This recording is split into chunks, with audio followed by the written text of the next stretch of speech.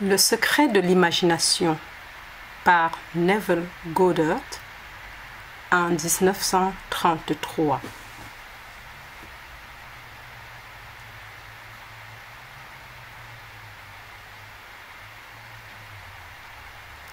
À la narration, Julie Descamps.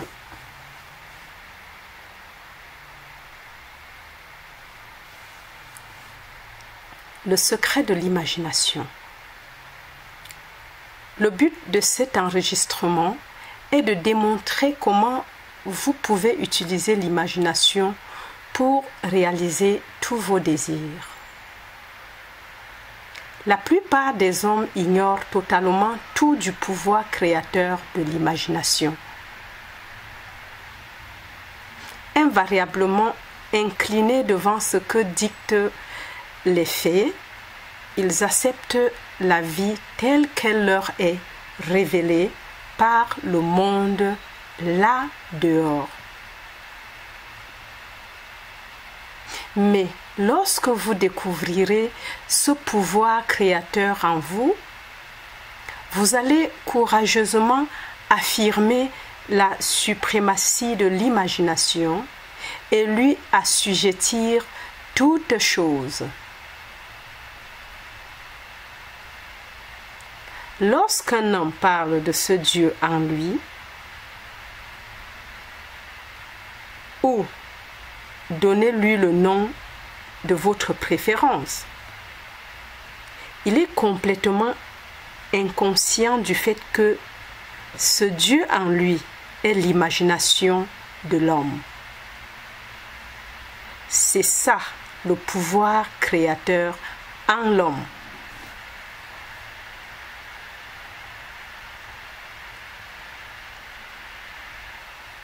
Il n'existe rien sous le ciel qui ne soit pas plastique, telle la glaise de potier, au toucher de l'esprit façonneur de l'imagination.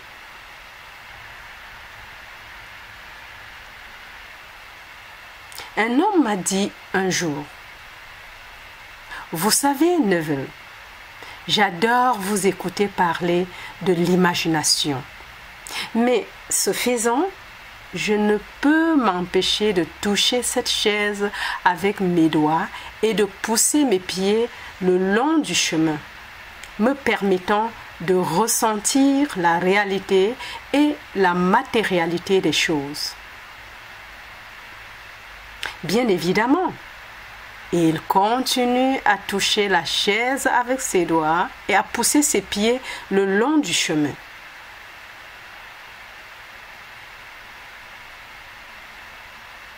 Permettez-moi maintenant de vous parler d'une autre personne qui n'a pas touché avec ses doigts et qui n'a pas poussé ses pieds le long de ces planches du trottoir.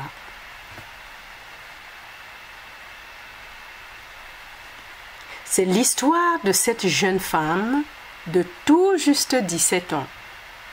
C'était la veille de Noël et son cœur était rempli de tristesse car cette année-là, son père avait perdu la vie lors d'un accident. Et elle retournait chez elle, qui serait pour elle une maison vide. Elle n'avait aucune compétence et donc elle travaillait comme serveuse.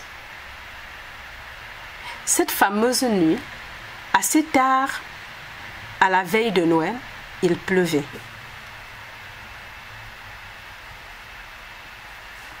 Le tramway était bondé de garçons et de filles qui riaient en s'en allant pour le congé du temps des fêtes, mais elle ne pouvait pas contenir ses larmes.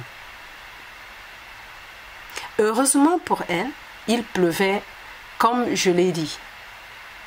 Elle a tendu son visage vers le ciel pour mélanger ses larmes avec l'eau de pluie. Et tout en s'agrippant à la rampe du tramway, voici ce qu'elle a fait. Elle s'est dit, « Ceci n'est pas de la pluie, mais bien la brume de la mer. Et ceci n'est pas le goût du sel de mes larmes, mais bien celui du sel de mer dans le vent. Et je ne suis pas à San Diego, en Californie, mais bien sûr en paquebot et j'arrive à la baie de Seymour. Et elle sentit dès lors la réalité de tout ce qu'elle imaginait. Puis c'était la fin du voyage et le tramway s'était vidé. 10 jours plus tard, la fille recevait une lettre d'un bureau de notaire de Chicago, Illinois, l'avisant que sa tante avait 3 ans plus tôt, lors d'un séjour en Europe, confié à cette firme une somme de $3,000 avec comme instruction de remettre cet argent à sa nièce, advenant le cas où elle ne regagnerait pas l'Amérique. La firme venait d'être informée du décès de sa tante et agissait selon ses instructions.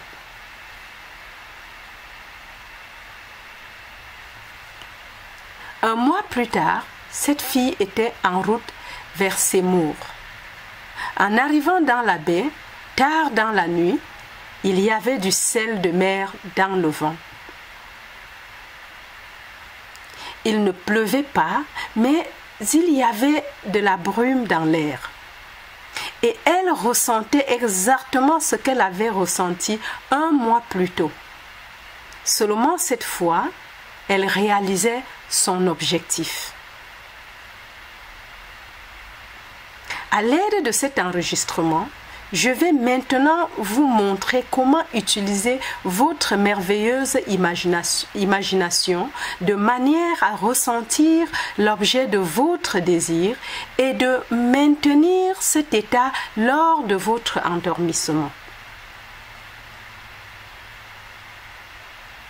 Et de par ma propre expérience, je vous assure que vous allez atteindre un état de sommeil vous donnant littéralement la sensation de faire l'expérience de votre désir.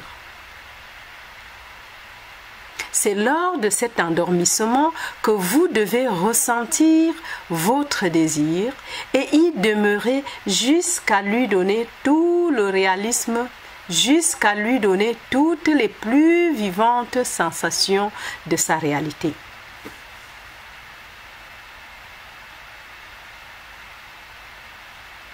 Pendant que vous atteignez cet état et que vous vous endormez tranquillement sans trop savoir comment et par des moyens que vous n'aurez jamais pu concevoir consciemment, vous serez amené à travers une suite d'événements à la réalisation concrète de cet état.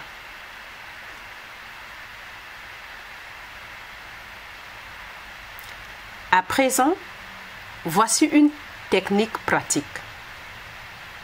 Pour commencer, vous devez savoir exactement ce que vous voulez dans la vie. Une fois que vous savez exactement ce que vous voulez, faites-en une représentation vivante et la plus réaliste possible de ce que vous y verrez et de ce que vous toucherez et de ce que vous serez en train de faire et voyez-vous vous déplacer et évoluer physiquement dans cette situation. Par exemple, supposons que je voudrais avoir une maison, mais que je n'ai pas d'argent. Je sais tout de même ce que je veux. En tenant compte d'aucun facteur, je concevrai une représentation aussi vivante que possible de la maison que j'aimerais avoir, avec toutes les choses que j'aimerais y trouver.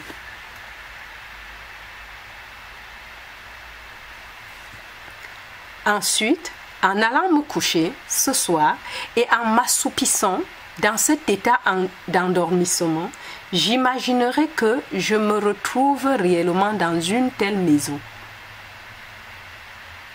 Puis, en sortant du lit, je poserai le pied sur le plancher de cette maison-là. Et en quittant cette chambre, je pénétrerai dans la pièce voisine de ma chambre imaginée de cette même maison. Et tandis que je toucherai les meubles en ressentant comme étant solides et réels, et en me déplaçant d'une pièce à l'autre dans ma maison imaginaire, je m'endormirai dans cet état-là. Et je sais d'une manière que je ne pourrai jamais concevoir consciemment que je réaliserai ma maison. J'ai constaté cela maintes et maintes fois. Si je voulais obtenir une promotion à mon emploi, je me demanderais quelle nouvelle responsabilité aurais-je? Est-ce qu'on m'offrirait un plus gros salaire?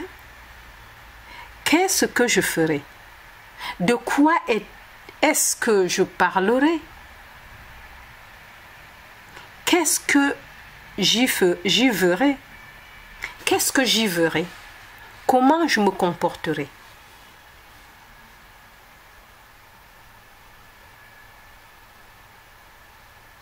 Puis, dans mon imagination, je commencerai à voir, à toucher et à agir tel que je le ferais réellement en me retrouvant dans cette position. Maintenant, si je désirais trouver l'âme sœur, ou si je recherchais une ravissante femme ou un homme merveilleux, qu'est-ce que je ferais concrètement qui impliquerait que je l'ai atteint cet état? Par exemple, supposons que je sois une femme. Une chose que... Maintenant, si je désirais trouver l'âme sœur, ou si je recherchais une ravissante femme ou un homme merveilleux, qu'est-ce que je ferais concrètement qui impliquerait que j'ai atteint cet état? Par exemple, supposons que je sois une femme. Une chose que je ferais certainement serait de porter une alliance. J'imaginerais ma main portant cette alliance et je sentirais cette bague imaginaire autour de mon doigt. Et je continuerai à la sentir encore et encore jusqu'à ce qu'elle me semble solide et bien réelle. Je lui donnerai toute la vivante sensation que je pourrai. Et tandis que je ressens ma bague imaginaire impliquant que je suis mariée, je m'endormirai. Voici ce récit de la fille de Salomon qui dit: « La nuit dans mon lit, je cherche mon bien-aimé. Et je trouve mon bien-aimé. Et je l'empêche de partir jusqu'à ce que je l'ai amené dans la maison de ma mère, jusqu'à cette chambre qui les verra ensemble. » En traduisant ce merveilleux poème dans un anglais moderne, dans un langage pratique, en traduisant ce merveilleux poème dans un français moderne, dans un langage pratique, cela donnerait: assis sur ma chaise, je me placerai dans la situation de manière à ressentir le désir réalisé. Et en ressentant cet état, je ne la laisserai pas partir. Je tiendrai ce sentiment vivant et avec ce sentiment, je m'endormirai. C'est-à-dire que j'amènerai ce sentiment à la maison de ma mère jusqu'à cette chambre qui le verra le désir réalisé. C'est-à-dire que j'amènerai ce sentiment à la maison de ma mère jusqu'à cette chambre qui le verra, c'est-à-dire le désir réalisé. Vous savez, les gens sont totalement ignorants de l'incroyable pouvoir de l'imagination. Mais lorsqu'un homme commence à découvrir ce pouvoir en lui, il ne retournera plus jamais à son ancienne façon de faire et d'être. Il ne retourne pas en arrière pour être simplement un reflet de la vie. Il affecte la vie. Le secret ici est de centrer votre imagination sur le ressenti du champ de désir et d'y demeurer, car c'est dans notre capacité de vivre ce ressenti du champ de désir que réside notre capacité de connaître une existence plus abondante. Le secret ici est de centrer votre imagination sur le ressenti du champ de désir et d'y demeurer, car c'est dans notre capacité de vivre ce ressenti du champ de désir que réside notre capacité de connaître une existence plus abondante. La plupart d'entre nous avons peur d'imaginer que nous sommes des êtres nobles et importants et certains d'avoir quelque chose à contribuer en ce monde, juste parce qu'au moment même où nous pensons à cette supposition, notre raison et nos sens nient la véracité de cette supposition. Nous semblons être en présence d'une espèce de besoin viscéral de nous agripper à un monde de choses familières et nous résistons à tout ce qui peut nous éloigner de nos ancrages familiers et d'apparence sécurisante. Je reprends. Nous semblons être en présence d'une espèce de besoin viscéral de nous agripper à un monde de choses familières et nous résistons à tout ce qui peut nous éloigner de nos ancrages familiers et d'apparence sécurisante. Bien, je vous appelle à le mettre à l'essai. Si vous l'essayez, vous découvrirez toute cette sagesse des anciens qui nous a été révélée dans une forme mystérieuse et symbolique. Malencontreusement, vous et moi avons pris leur histoire pour des fantaisies, alors qu'elles étaient censées nous instruire sur le moyen le plus simple d'atteindre tous nos objectifs. Voyez-vous, l'imagination nous place intérieurement dans un monde d'états. Ces états existent là, maintenant. Mais ils n'existent que sous forme de possibilités lorsque nous pensons à ces possibilités. Mais elles, les possibilités, deviennent puissamment réelles lorsque nous pensons à partir d'elles et que nous résidons en elles. Vous savez, il y a un monde de différence entre penser à ce que vous désirez dans la vie et penser à partir de ce que vous désirez. Permettez-moi de vous expliquer comment j'ai entendu parler de cet étrange et merveilleux pouvoir de l'imagination pour la première fois. C'était à New York en 1933. Un vieil ami me récite ce psaume de Jean.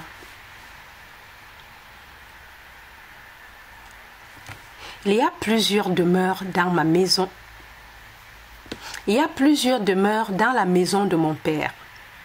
Si cela n'était pas, je vous l'aurais dit.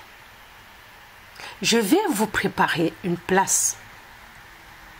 Et lorsque je m'en serai allé et que je vous aurai préparé une place, je reviendrai et je vous prendrai avec moi afin que là où je suis, vous y soyez aussi.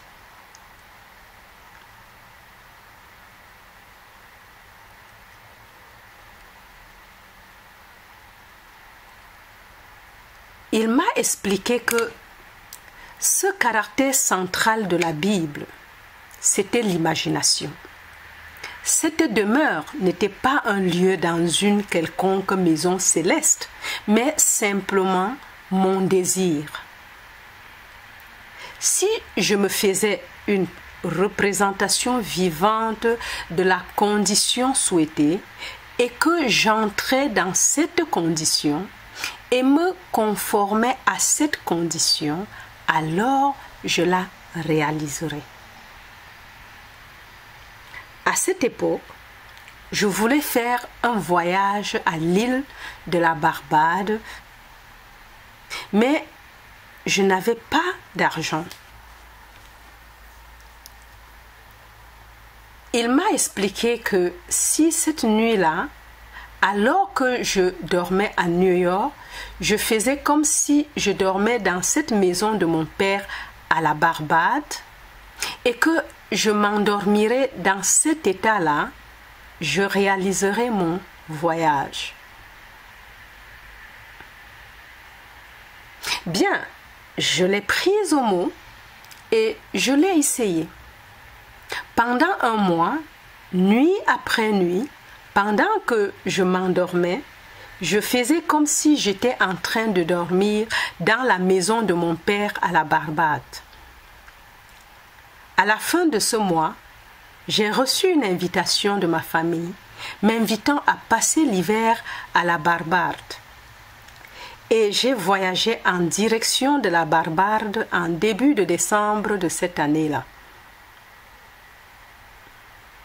Dès lors, je savais que j'avais trouvé ce sauveur à moi. Ce vieil homme, mon ami, m'avait dit que cela était sans faille. Et je pressentais que c'est comme ça que cela se produirait. C'est vraiment étrange.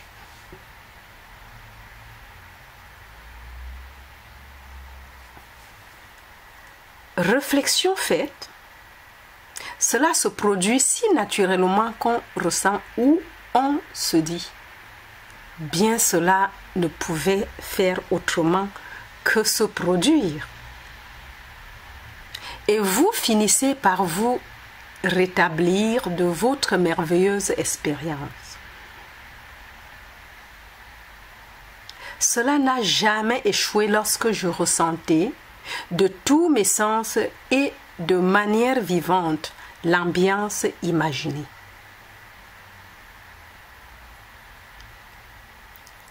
En de nombreuses occasions, je peux vous affirmer que cela fonctionne et dans le fond, c'est vraiment simple. Vous devez simplement savoir ce que vous voulez. Lorsque vous savez ce que vous voulez, vous allez penser à ce que vous voulez. Mais cela ne suffit pas. Vous devez maintenant commencer à penser à partir de ce que vous voulez. Alors, comment est-ce que je pense à partir de ce que je veux? Je suis ici et je désire être ailleurs. Comment pourrais-je, alors que je me tiens physiquement ici, m'imaginer être positionné ailleurs que dans cette pièce, d'une manière que me semble réelle? C'est assez simple en fait.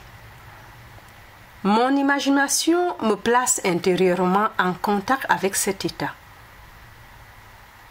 J'imagine que je me trouve vraiment là où je veux me trouver. Comment savoir si j'y suis?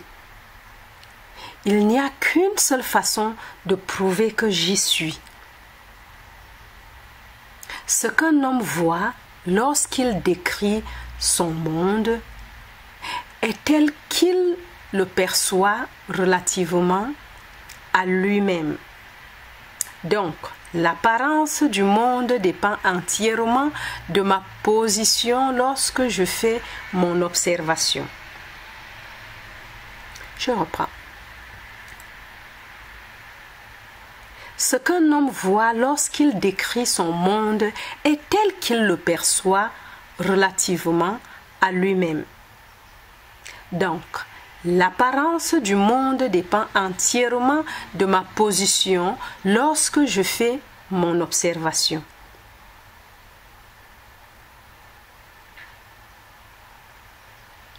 Nous devons savoir que le subconscient ne fait aucune différence entre ce qui est réel et ce qui est imaginaire.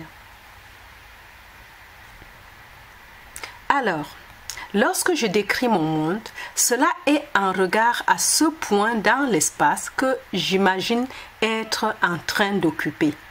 Et donc, je dois y être. Je n'y suis pas physiquement, non, mais j'y suis dans mon imagination. Et mon imagination, c'est mon vrai moi. Et là où je vais dans mon imagination en le rendant réel, je vais m'y rendre en chair et en os aussi. Lorsque je m'endors dans cet état, c'est accompli. Cela est infaillible. Voilà donc la simple technique pour apprendre à utiliser votre imagination pour réaliser tout objet de vos désirs. Ce qui suit est un exercice très sain et productif pour votre imagination. Une chose que vous devriez pratiquer quotidiennement. À chaque jour, revivez votre journée telle que vous auriez souhaité la vivre en révisant les scènes pour qu'elles se conforment à votre idéal. Par exemple, supposez qu'il vous arrive une nouvelle décevante dans votre courrier, modifiez la lettre. Réécrivez-la mentalement pour qu'elle se conforme à la nouvelle que vous auriez aimé recevoir. Ou encore, supposez que vous n'avez pas reçu la lettre que vous auriez aimé recevoir. Rédigez-la vous-même et imaginez que vous recevez une telle lettre. Je vous raconte cette anecdote qui s'est produite à New York il n'y a pas si longtemps. Il y avait cette dame dans l'existence lors d'une conférence qui m'a entendu parler de nombreuses fois. J'étais en train de parler de révision, la technique de revoir sa journée idéale, et que, ne connaissant pas le pouvoir de l'imagination, l'homme se couche à la fin de sa journée fatigué, épuisé, acceptant comme définitif tout ce qui s'est produit dans sa journée. Et je tendais de démontrer que juste au moment de son endormissement, l'homme devrait réécrire sa journée entière pour qu'elle se conforme à la journée qu'elle aurait espéré connaître. Voici comment la dame a sagement utilisé cette loi de la révision. Apparemment, cette dame avait été évincée de la maison de sa bru il y a 2 ans. Pendant 2 ans, il n'y avait plus de contact. Entre-temps, Elle avait fait parvenir au moins 2 douzaines de cadeaux à son petit-fils sans jamais recevoir de nouvelles. Connaissant ce principe de révision, voici ce qu'elle a fait. Tandis qu'elle allait se coucher, elle s'est fabriqué 2 lettres. Une qu'elle imaginait recevoir de son petit-fils et l'autre de sa bru. Dans ces lettres, son petit-fils et sa bru exprimaient une grande affection à son égard et se demandaient pourquoi elle ne les appelait pas pour les revoir. Dans ces lettres, son petit-fils et sa bru exprimaient une grande affection à son égard et se demandaient pourquoi elle ne les appelait pas pour les revoir. Elle fit cela pendant 7 jours consécutifs, imaginant tenir dans sa main ces lettres imaginaires qu'elle avait reçues. Puis, elle lisait ces lettres encore et encore, jusqu'à ressentir la satisfaction d'avoir de leurs nouvelles, et elle s'endormait là-dessus. Le 8e jour, elle reçoit un courrier de sa bru. À l'intérieur, il y avait 2 lettres, une de son petit-fils, l'autre de sa bru.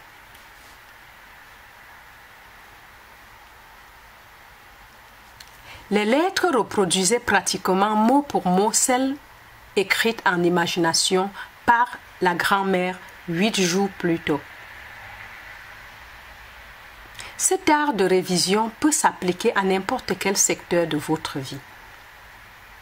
Prenons une condition typique en supposant que vous êtes malade. Visualisez le portrait d'un de vos amis. Posez sur son visage une expression qui implique qu'il ou qu'elle voit en vous ce que vous aimeriez que le monde entier voie en vous. Imaginez simplement que cette personne est en train de vous dire qu'elle ne vous a jamais vu avoir l'air aussi bien. Puis vous lui répondez « Je ne me suis jamais senti aussi bien ». Ou supposez que vous avez une blessure au pied. Alors faites ceci. Construisez-vous un théâtre mental qui suggère que vous êtes en train de marcher et que vous êtes en train de faire toutes les choses que vous feriez si votre pied était normal.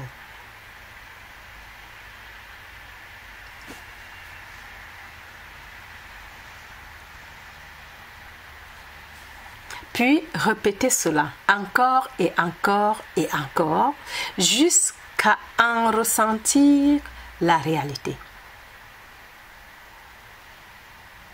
Chaque chose que vous faites dans votre imagination, que vous aimeriez faire dans le monde, là dehors, vous ferez cette chose dans le monde, là dehors.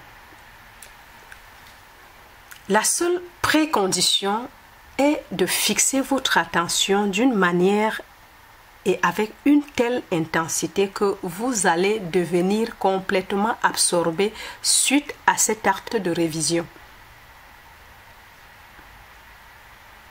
Au moyen de cet exercice de l'imagination, vous ferez l'expérience d'une expansion et d'un affinement des sens jusqu'à atteindre la vision dans votre monde intérieur. Cette vie abondante qui vous est promise est maintenant nôtre, mais pas avant d'avoir acquis ce sentiment que notre imagination est le créateur. Pourrons-nous en faire l'expérience?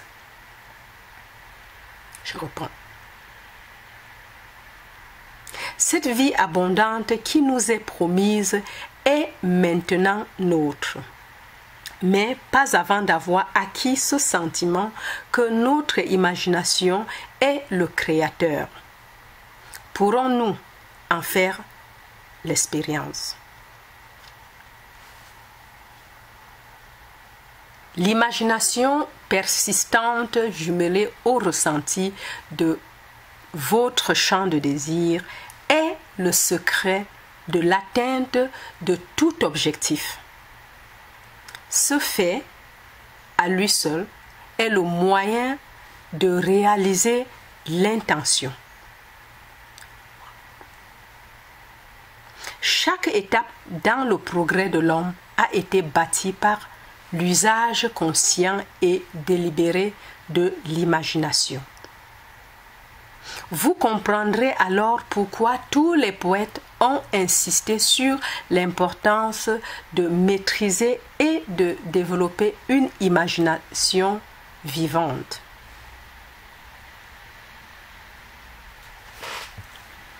Chaque étape dans le progrès de l'homme a été bâtie par l'usage conscient et délibéré de l'imagination.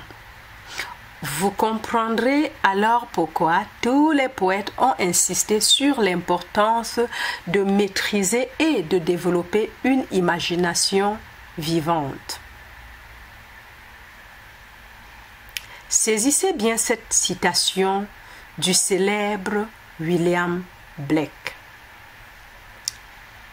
Dans ta poitrine se tient le ciel et la terre, et tout ce que tu aperçois paraissant être là dehors et en dedans, dans ton imagination, pour lequel ce monde de mortalité n'est qu'une ombre.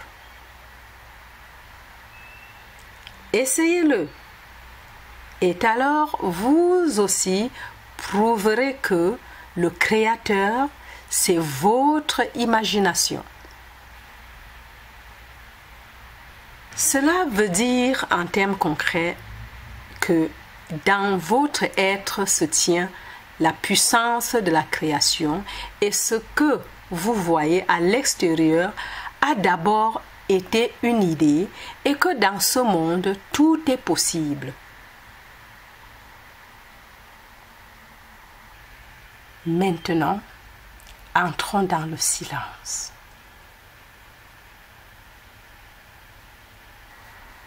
Alors, si tu es satisfait, n'oublie pas de liker la vidéo et surtout, abonne-toi comme signe d'encouragement. Et puis, n'oublie pas de partager la vidéo avec toute personne que tu aimerais voir grandir spirituellement.